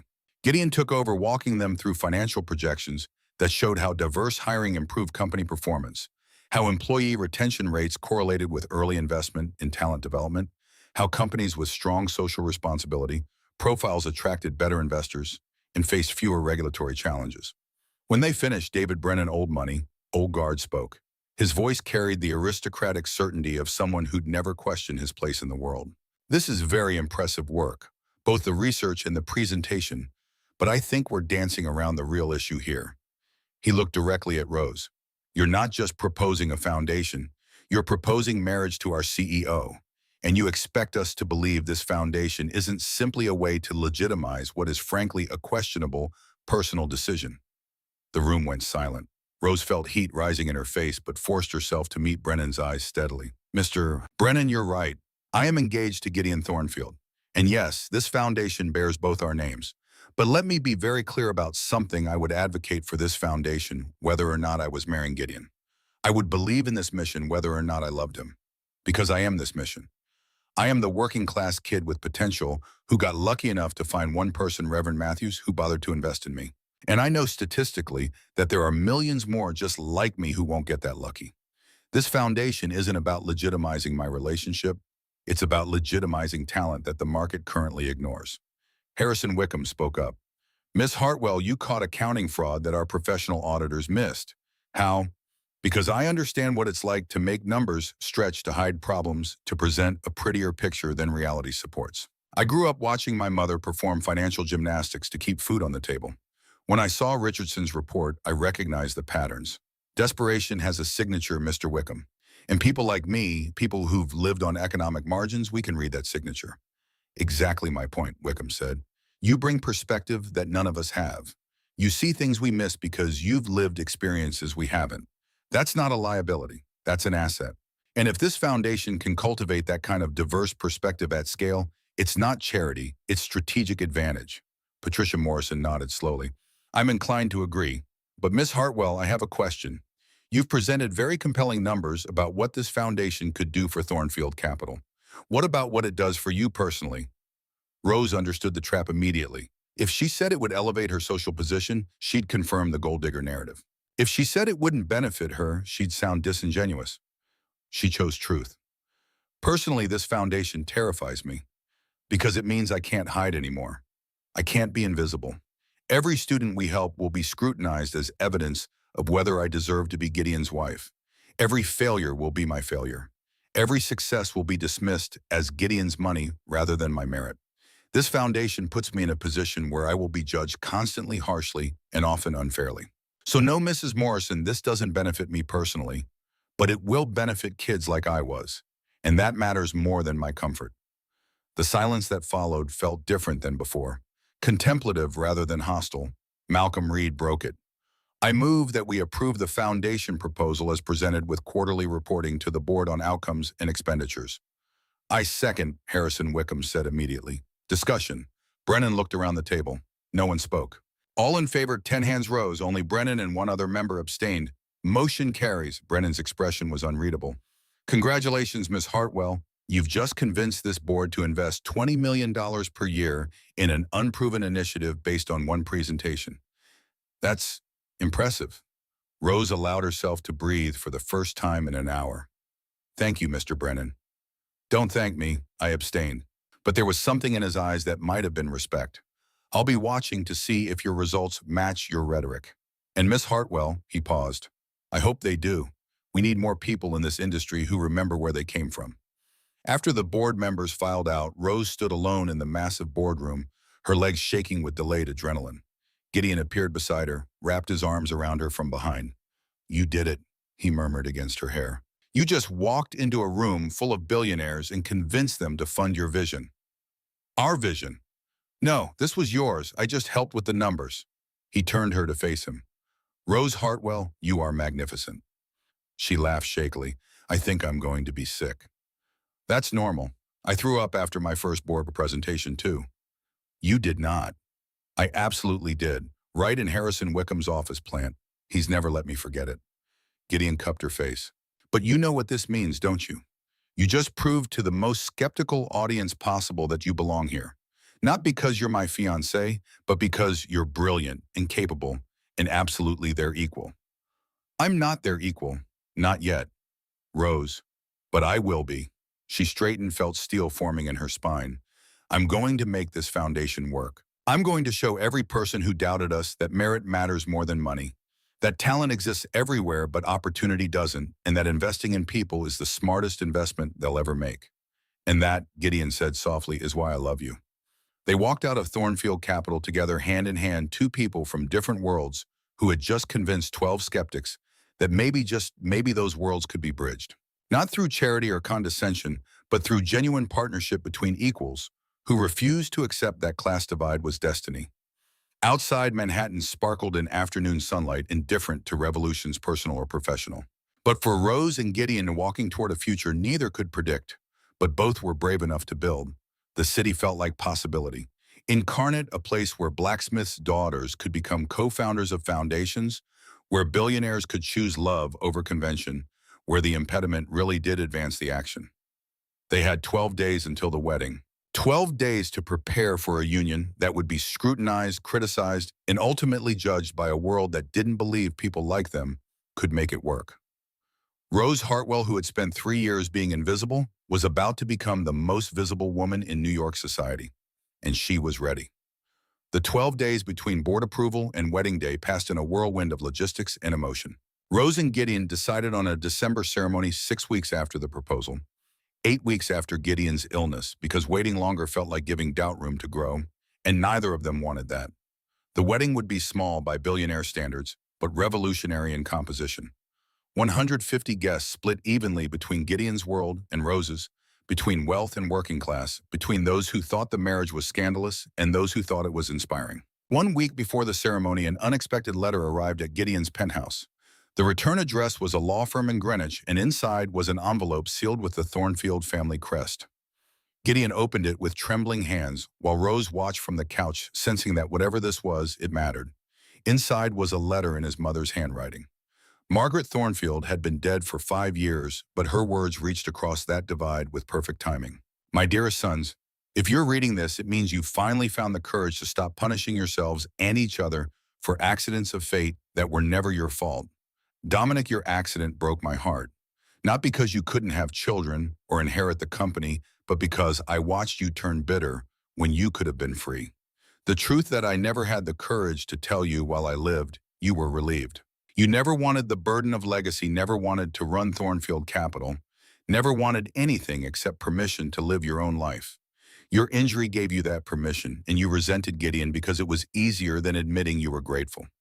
Gideon, you have spent your life trying to earn what was freely given. Your father chose you as heir, not because Dominic was inadequate, but because you were suited. You had the temperament, the discipline, the vision. Stop carrying guilt for being good at something your brother never wanted to do. Both of you stop wasting your one precious life on resentment and regret. Love each other, support each other. And when you find someone who sees you, truly sees you, not the role or the money or the name, but you don't let pride or fear keep you from that gift. You come from a long line of builders, my sons. Now build something that matters. Build it together. All my love, Mother. Gideon read the letter aloud, his voice breaking on every other word. When he finished, he sat in silence, processing words that should have been spoken years ago, but had waited for exactly the right moment. The next day, Dominic appeared at the penthouse unannounced. Charlotte was with him, but this time their expressions weren't hostile. They were uncertain, hopeful. "We got the same letter," Dominic said without preamble, "from Mother, through her attorney." "Yeah, I know." Gideon stood faced his brother across the living room. "Dominic, Let me." Dominic held up a hand. "I need to say this. I've spent 20 years resenting you for things that weren't your fault. For being a better CEO than I would have been. For marrying Isabel when I wasn't brave enough to propose to her. For having what I convinced myself I wanted, when the truth is," he paused, gathering courage. "The truth is, Mother was right." I was relieved. "I never wanted to run Thornfield Capital. I wanted to teach. But Father said teaching was beneath our family, so I buried that dream and blamed you for taking what I was grateful to lose." The confession hung in the air between them, 20 years of bitterness crystallizing into honesty. "I spent 2 decades making you pay for my cowardice," Dominic continued, "and then you nearly died, and I ran. And Rose," he looked at her now, sitting quietly on the couch. Rose stayed. "And I realized that I'd been wrong about everything. About you, about myself, about what actually matters." "Dominic, I'm not finished." Dominic stepped closer. "Charlotte and I have made a decision. We're moving to Vermont. We're going to adopt. We've already started the process. And I'm going to teach history at the State University. It's what I should have done 20 years ago. Better late than never." Gideon stared at his brother, seeing him clearly for perhaps the first time. "You're serious?" "Completely, and there's more. The Hartwell Thornfield Foundation is opening a satellite program in Vermont for rural students who can't afford to leave their communities. I'm going to run it." He smiled, and for the first time since Rose had known him, it reached his eyes. "I want to help build what you and Rose have started. Not from obligation, but because it matters. Because you've shown me what's possible when you stop letting fear dictate your choices." Rose approached Dominic cautiously. "You're going to run the Vermont program. If you'll have me, I know I was cruel to you. I called you names, dismissed your worth, tried to make Gideon choose between his family and his heart. I was wrong, and I'm sorry." The apology was simple, direct, and utterly sincere. "You were protecting your brother," Rose said. "I can't fault you for that. I was protecting myself from having to change. But you and Gideon, you've changed everything. And I'm grateful." He extended his hand. "Welcome to the family, Rose." She took it, felt the firm grip, saw the genuine warmth in his eyes. Then impulsively, she pulled him into a hug. Dominic stiffened for a moment, then returned it, and over his shoulder, Rose saw Gideon watching with tears streaming down his face. Later, after Dominic and Charlotte left with promises to attend the wedding and plans to start the Vermont program after the new year, Gideon held Rose close and whispered, "You did that. We did that. No, you showed him what real courage looks like. You gave me my brother back." Rose thought about that as they stood together watching snow begin to fall over Manhattan. She'd come to this city 2 months ago convinced that people like her didn't get to change the world, that the best she could hope for was survival and visibility, a quiet life that didn't make waves. Now she was about to marry a billionaire, launch a foundation that would change thousands of lives, and somehow, impossibly, she'd helped heal a family fractured by 20 years of resentment. The impediment really did advance the action. The wedding took place on a December afternoon so cold that breathing felt like inhaling knives, but so clear that the sky looked like it had been polished to impossible blue. Not at Thornfield Estate, despite Dominic's genuine offer to host. Not at some grand Manhattan venue that would make a statement about wealth and status. But at the New York Public Library in the marriage chapel, where Stephen Schwarzman Hall's marble columns and soaring ceilings created a kind of secular cathedral to learning. It was, Rose and Gideon agreed, the only place that made sense for two people whose courtship had been conducted through philosophy and whose love language was intellectual discourse. The guest list was exactly what they'd envisioned, 150 people representing both their worlds. Board members sat beside staff from Thornfield Estate, scholars and educators mixed with Manhattan philanthropists. Mrs. Catherine Pembroke wore her finest dress and cried unabashedly throughout the ceremony. Reverend Matthews had traveled from Vermont and would deliver a reading from Marcus Aurelius. And there in the front row sat Dominic and Charlotte with genuine smiles and open hearts, ready to support a union they'd once opposed. The ceremony was officiated by Judge Patricia Morrison, who had contacted Rose personally after the engagement announcement, not to judge, but to welcome. "Dearly beloved," Judge Morrison began, and the traditional words took on new meaning in this space dedicated to knowledge and learning. "We are gathered here today to witness the union of two extraordinary individuals who have taught us all something about the true meaning of partnership." When it came time for vows, Gideon took Rose's hands and spoke words he'd been composing for 6 weeks. "Rose, you came into my life when I was dying, and you saved me. Not just from illness, but from a kind of spiritual death that I'd been living with for 5 years. You showed me that strength isn't about never being weak. It's about who stays with you when you are weak. You taught me that wisdom isn't about credentials or education, but about clear thinking and moral courage. And you proved to me that love isn't about finding someone who completes you because you were already complete, but about finding someone who challenges you to become better than you thought possible.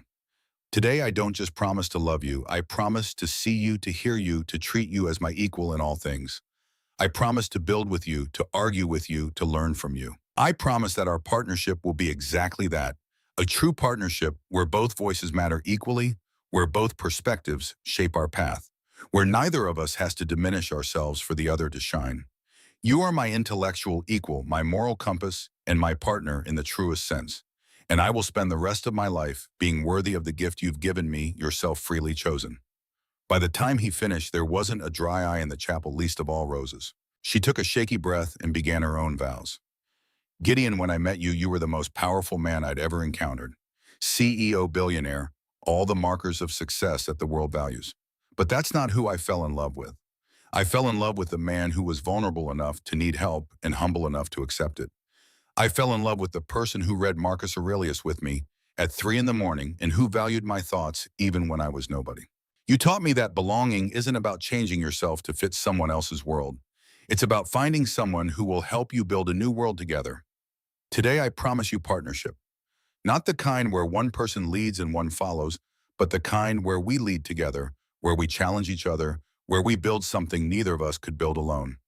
I promise to bring my full self to this marriage, my thoughts, my fears, my strengths, my doubts. I promise to never diminish myself to make you more comfortable, and to never ask you to diminish yourself for my benefit. We are equals, or we are nothing, and I choose us as equals today and every day forward." Judge Morrison had to pause to compose herself before continuing. "By the power vested in me by the state of New York, I now pronounce you husband and wife. Gideon, you may kiss your bride." The kiss was tender and fierce, simultaneously a promise and a claim, and when they broke apart, the assembled guests rose in applause that echoed off marble and filled the great hall with sound that felt like celebration and benediction combined. The reception was held in the library's Gottesman Hall, among the stacks and reading rooms where countless people had educated themselves exactly as Rose had done. No dancing, no champagne fountain, no ostentatious display of wealth. Instead, dinner was served at long tables where foundation scholars sat beside board members, where housekeeping staff from Thornfield Estate conversed with Manhattan philanthropists, where Reverend Matthews debated economic theory with Patricia Morrison and found her a worthy opponent. And after dinner, instead of speeches and toasts, there was a salon. Rose and Gideon had arranged for a series of discussions on topics they cared about: the ethics of wealth education as human right versus privilege, the obligations of those born to advantage toward those born without it. Guests could move between conversations, contribute thoughts, argue and debate, and wrestle with ideas in a way that felt more alive than any formal reception ever could. Late in the evening, as conversations continued and connections deepened, Rose found herself standing at a window overlooking Fifth Avenue, watching the city lights sparkle like earthbound stars. Gideon came up behind her, wrapped his arms around her waist. "What are you thinking?" he murmured. "That 2 months ago I was cleaning hotel rooms.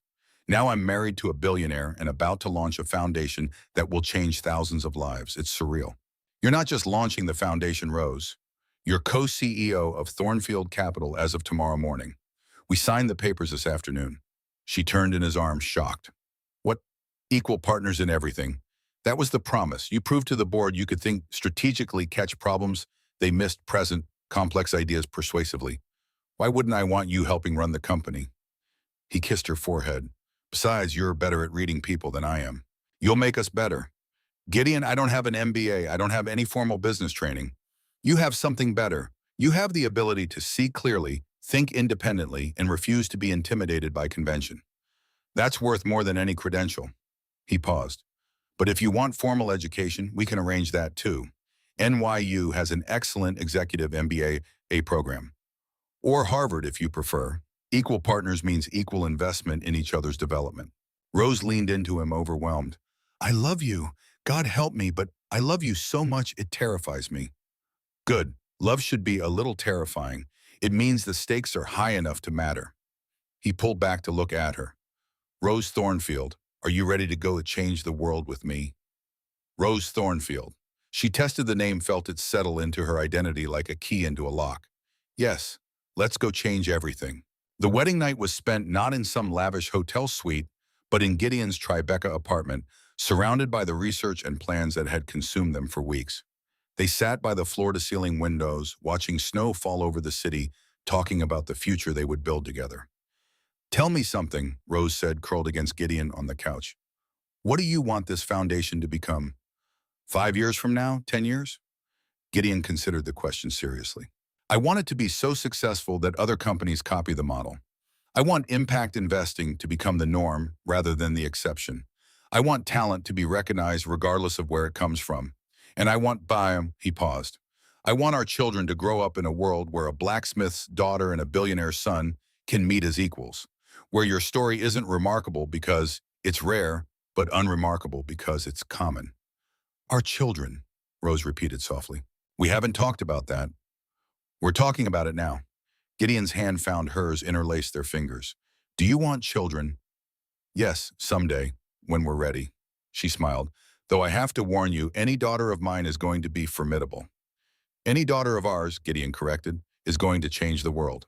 They talked until dawn, making plans and dreaming dreams, two people who had found in each other, not completion but a challenge, not rescue but partnership, not fairy tale romance, but something more real and more lasting, a genuine meeting of minds and hearts between equals, who refused to accept that love required anyone to be less than themselves. When morning came, they were ready for the criticism that would come, ready for the challenges they'd face, ready to build a foundation, run a company and prove that merit mattered more than money, that courage counted more than credentials, and that sometimes the most revolutionary act was simply refusing to accept the world's limitations on who you could be, what you could build, and who you deserve to love. Rose Thornfield, formerly Rose Hartwell, once invisible, now impossible to ignore, was about to become one of the most powerful women in American philanthropy. And she was just getting started.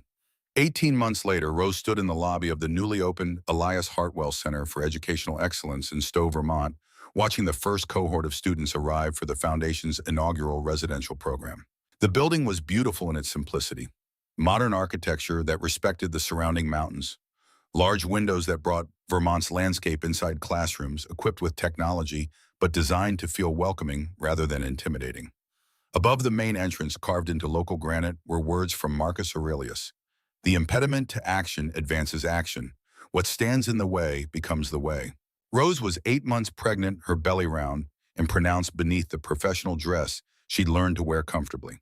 She'd spent the past 18 months dividing her time between running the foundation, serving as co-CEO of Thornfield Capital, and completing the first year of her executive MBA at NYU. The schedule had been punishing, but she'd discovered reserves of strength she hadn't known existed. The foundation had exceeded every projection. 1,000 students funded in the first year with a 98% college acceptance rate and a 15% hiring rate into Thornfield Capital portfolio companies higher than they dared hope. The impact investing arm Gideon had developed around the foundation's model had attracted $500 million in new capital from investors who wanted returns with social consciousness. But numbers didn't capture the real story. The real story was in faces like Jasmine Rodriguez from the Bronx, who was now at MIT studying mechanical engineering. Marcus Chen from rural Oregon, who had taught himself computer programming and was now developing AI algorithms at Carnegie Mellon. Keisha Washington from Detroit, who had gone from working 3 jobs to attending Wharton.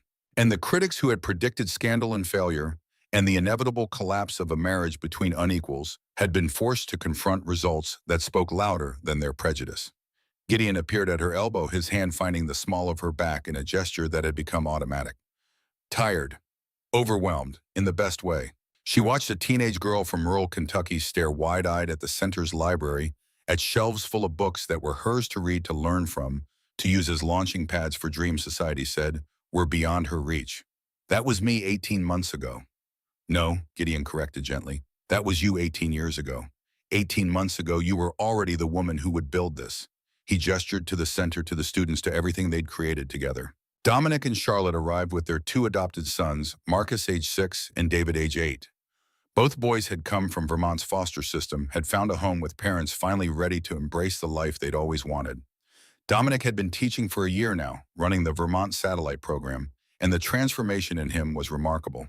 He was lighter, happier, freed from the burden of resentment he'd carried for 2 decades. This is incredible, Charlotte said, watching the students explore. Rose, what you've built here. What we've built, Rose corrected. Gideon's capital, Dominic's educational expertise, your work on the adoption and foster care pipeline, the board's oversight. This isn't my victory. It's all of ours.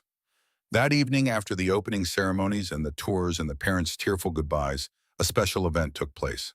The FBI had scheduled it deliberately, knowing that justice delayed was justice denied, and that Rose and Gideon deserved to witness the culmination of their ordeal.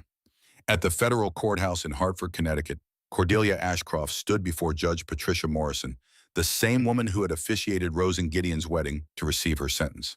The trial had been swift and brutal. Thomas Richardson's testimony, combined with emails, financial records, and laboratory evidence of ricin in the vitamins Cordelia had sent monthly, had left no room for doubt. The courtroom was packed. Rose and Gideon sat in the front row, hands clasped. Dominic and Charlotte sat behind them. Board members who had initially doubted Rose now sat as witnesses to her vindication. Cordelia stood in an orange jumpsuit, her usual polish stripped away by incarceration, as Judge Morrison read the verdict.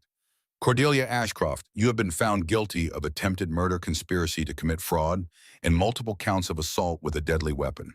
The evidence presented at trial showed a calculated, systematic attempt to poison Gideon Thornfield over a period of 18 months with the intent to weaken him, isolate him, and ultimately force him into a business merger and marriage through coercion. What makes your crimes particularly heinous is not just the methodology, though. Slowly poisoning someone with ricin is among the most cruel forms of murder, but the calculated nature of your actions. You identified 5 other potential victims.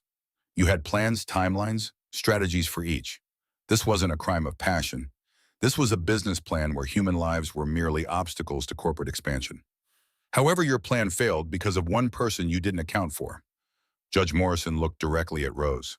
Rosalie Hartwell stayed when everyone else fled. She cared for Mr.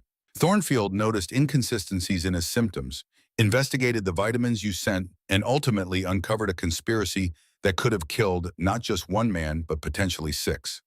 Miss Hartwell, now Mrs. Thornfield, is here today, not as a victim, but as the person who ensured justice could be served. And I want her to know that the court recognizes her courage, her intelligence, and her refusal to accept the easy answer when something didn't make sense. Rose felt tears streaming down her face. Gideon squeezed her hand. Judge Morrison continued. Cordelia Ashcroft, I hereby sentence you to 20 years in federal prison without possibility of parole. May you use that time to reflect on the difference between power and worth, between accumulation and achievement, between what you wanted and what you deserved. The gavel came down with finality. As they filed out of the courthouse, Rose found herself face to face with Cordelia being led away in handcuffs. For just a moment, their eyes met. You won, Cordelia said, her voice bitter. No, Rose replied quietly. You lost. There's a difference. Winning would have meant you never tried to hurt Gideon in the first place. This is just, justice. Later, back at the Elias Hartwell Center, Rose and Gideon sat in the library they designed specifically for quiet reflection. Outside, Vermont's mountains stood sentinel against a darkening sky. It's really over, Rose said. The trial, the scandal, all of it. The criminal case is over, but Rose, we were never really about that. We were always about this. Gideon gestured to the center, to the students settling into dormitories, to the future being built one scholarship at a time. Justice was served, yes, but more importantly, we've created something that will outlast us both. Speaking of things that will outlast us, Rose placed his hand on her belly, felt their daughter kick in response. What should we name her? They'd been avoiding the question, both knowing it mattered, both wanting to get it right. I've been thinking, Gideon said carefully. What about Margaret after my mother? She gave us the letter that changed everything, that helped heal my relationship with Dominic. Without her wisdom, even from beyond death, none of this might have happened. Margaret, Rose repeated, testing it. And for a middle name, Gideon hesitated. Isabel, after my first wife. Rose stiffened slightly and Gideon felt it immediately. Rose, I won't pretend Isabel didn't exist or that I didn't love her. She was part of my life, part of who I became. But loving her doesn't diminish what I feel for you. She taught me to love. You taught me to live. Both matter. Both shaped me. His voice roughened. And I think Isabel would have liked you. Would have respected the hell out of you, actually. Rose relaxed into him. Margaret Isabel Thornfield. It honors where we come from while pointing toward where we're going. Exactly. 3 weeks later, on a January morning so cold that the windows of New York Presbyterian Hospital were frosted with ice, Margaret Isabel Thornfield entered the world. She was small but loud, with dark hair, like her mother, and gray eyes like her father. And when the nurse placed her in Rose's arms, the world condensed to that one perfect moment of connection. Gideon sat on the edge of the hospital bed, his arm around Rose, his finger clasped in his daughter's surprisingly strong grip, and felt something fundamental shift inside him. This was legacy, not buildings or companies or wealth that would eventually dissipate, but this tiny person who carried both their genetics and their values, who would grow up knowing that character mattered more than credentials, that courage was choosing right over easy, that love was partnership between equals. Dominic and Charlotte arrived an hour later with their sons, who peered curiously at the tiny bundle. She's perfect, Charlotte said, tears in her eyes. Absolutely perfect. Dominic handed Gideon a small package wrapped in simple brown paper. From all of us, for Margaret. Inside was a leather-bound volume, Marcus Aurelius Meditations, but this one was different. The first page had been inscribed in Dominic's careful handwriting, for Margaret Isabel Thornfield. This book belonged to your grandmother, Margaret Thornfield, who left it to me when she died. She left one to your father, too. Now I'm passing mine to you. Your father learned from his copy that the impediment to action advances action. Your mother learned that an emperor and a blacksmith face the same fire. You'll learn your own lessons, find your own wisdom in these pages. But here's what I hope you'll learn most of all, that families aren't perfect, that brothers can hurt each other and still find their way back, that love isn't about being right, it's about being willing to change, that your parents' marriage wasn't easy or conventional or widely approved, but it was real and true and built on partnership between equals. You come from a long line of builders, Margaret. Your great-great-great-grandparents built Thornfield Estate. Your grandfather built Thornfield Capital. Your father and mother built a foundation that changes lives. Now it's your turn. Build something that matters. Build it with courage. And when you find someone who sees you, truly sees you, don't let fear keep you from that gift.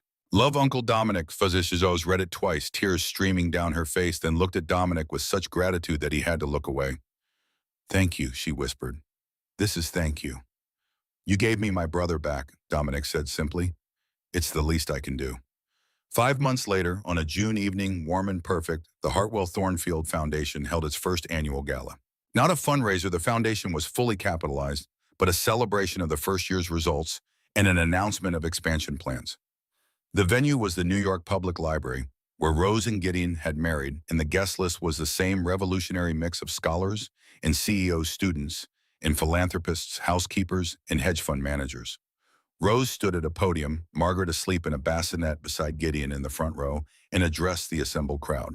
18 months ago, I stood in a boardroom and asked 12 skeptical people to take a chance on an idea, to invest not just money, but belief in the proposition that talent exists everywhere, but opportunity doesn't, that the single biggest market inefficiency in our economy is wasted human potential, that we could do better. She clicked to the first slide, photos of foundation scholars before and after. This is Jasmine Rodriguez from the Bronx. Before the foundation, she was working 3 jobs to support her family while taking night classes at community college. She had a 4.0 GPA and no path forward. Today, she's at MIT, studying mechanical engineering with a full scholarship and a summer internship at SpaceX. She'll graduate debt-free and has already been offered a position at Thornfield Capital's aerospace division. Next slide. This is Marcus Chen from rural Oregon. Before the foundation, he was the first person in his family to graduate high school. He taught himself computer programming from YouTube videos. Today, he's at Carnegie Mellon studying artificial intelligence. He's developing an algorithm to predict educational outcomes that could revolutionize how we allocate resources. More slides, more stories, more evidence that the critics had been wrong, that merit mattered more than money, that investing in people yielded returns impossible to quantify, but impossible to deny. We started with 1,000 students, Rose continued. This year, we're expanding to 2,000. And we're launching satellite programs in 15 additional states, focusing on rural communities and urban centers where talent is abundant, but resources are scarce. She paused, looked at Gideon. But numbers don't tell the whole story. So I want to share something personal. When I was 17, I was exactly like these students.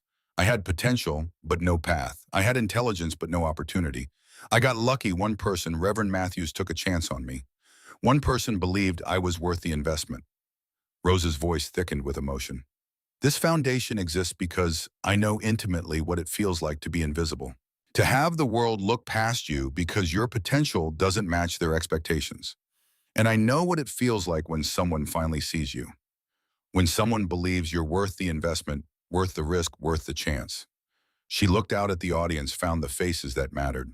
Mrs. Pembroke from Thornfield Estate, who had given her that first job. Harrison Wickham, who had been the first board member to believe in her. Patricia Morrison, who had challenged her to prove she belonged. Dominic, who had moved from antagonist to ally. And Gideon, who had seen her when she was invisible and loved her when it cost everything. We named this foundation for my father, Elias Hartwell, because he taught me that an emperor and a blacksmith both face the same fire. That wisdom isn't about credentials, but about clear thinking. That character is revealed in how we treat people when no one's watching. She smiled through tears.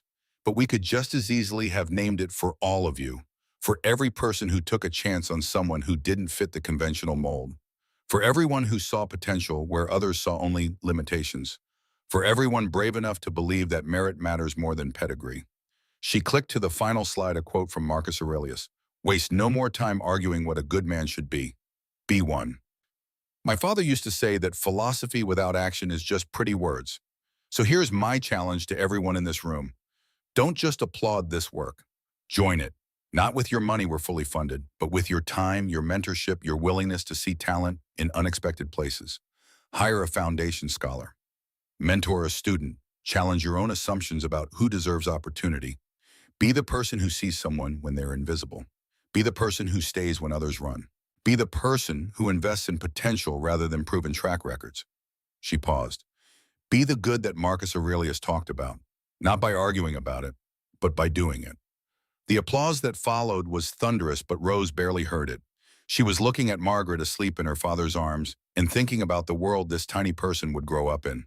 A world that was changing slowly because people like Gideon had been willing to challenge convention. Because people like Dominic had been willing to forgive. Because people like every foundation scholar had been willing to work impossibly hard for a chance most people took for granted. Later, after the speeches and the conversations and the commitments to action, Rose and Gideon stood on the library steps, Margaret between them in her carrier, watching the city lights shimmer in the summer heat. Do you think we're making a difference? Rose asked quietly. Really making a difference, or just making ourselves feel better? Gideon considered the question seriously. I think we're doing both. Making ourselves feel better because we're making an actual difference. Rose, we've changed 1,000 lives this year. 1,000 people who will change thousands more. That's not nothing. That's legacy. Legacy, Rose tested the word, let it settle. When I was growing up, I thought legacy was something only rich people got to have. Buildings with their names on them. Foundations. Endowments. I never imagined I'd be building one. You're not building a legacy of buildings, though we've built those too. Gideon gestured to the Elias Hartwell Center in Vermont, to the satellite programs opening across the country. You're building a legacy of changed minds, of people who will see the world differently because you showed them a different way of seeing. That's more permanent than any building. And they stood in comfortable silence, three people watching a city that never stopped moving, never stopped changing, never stopped offering both barriers and possibilities in equal measure. Rose thought about the girl she'd been 2 years ago. Invisible, uncertain, convinced that people like her didn't get happy endings because happy endings were reserved for people born to the right families, in the right circumstances, with the right credentials. She thought about the woman she'd become. Visible, tested, proven. Co-CEO of a multi-billion-dollar company. founder of an educational revolution, mother to a daughter who would grow up knowing that her worth wasn't determined by her last name, but by her character, wife to a partner who saw her completely and loved her anyway, loved her because of who she was not despite it. And she thought about legacy, about how the impediment really did advance action, about how staying when others ran could change everything, about how sometimes the bravest thing was simply refusing to accept the world's limitations on who you could be or what you could build or who you deserve to love. Gideon, she said, her hand finding his, their fingers interlacing in a gesture that had become as natural as breathing. Thank you. For what? For seeing me. For staying when it would have been easier to let me go. For believing that partnership between equals was possible, even when the whole world said it wasn't. For building this, she gestured at everything they'd created, with me instead of for me. Rose Thornfield, he said, and the name still sent a thrill through her, still felt like an identity she was growing into rather than one she'd fully claimed. You have it backwards. I'm the one who should be thanking you. You saved my life. Then you showed me how to live it. Everything else is just details. Margaret stirred in her carrier, made a small sound that wasn't quite crying but was definitely demanding attention. They laughed and Rose lifted their daughter out, held her against her chest where the baby's heartbeat synced with her own. Come on, Gideon set his arm around both of them. Let's go home. Home. A brownstone in Brooklyn on a tree-lined street where foundation scholars came for dinner and debate where board members mixed with housekeepers, where wealth and class and status have mattered less than ideas and character, and the willingness to see each other clearly. They walked down the library steps into the New York night, a family built from impossible circumstances and sustained by partnership, by courage, by the revolutionary notion that love between equals could transform not just two lives, but thousands. Behind them, carved in stone above the library's entrance, were words that had guided civilizations. But above all, try something. Rose and Gideon Thornfield had tried something. Had taken the impediment class divide, social prejudice, conventional wisdom about who belonged with whom, and turned it into the way forward. Had built something that mattered from materials the world said wouldn't work, a partnership between a billionaire CEO and a blacksmith's daughter, between inherited privilege and earned merit, between power and principle.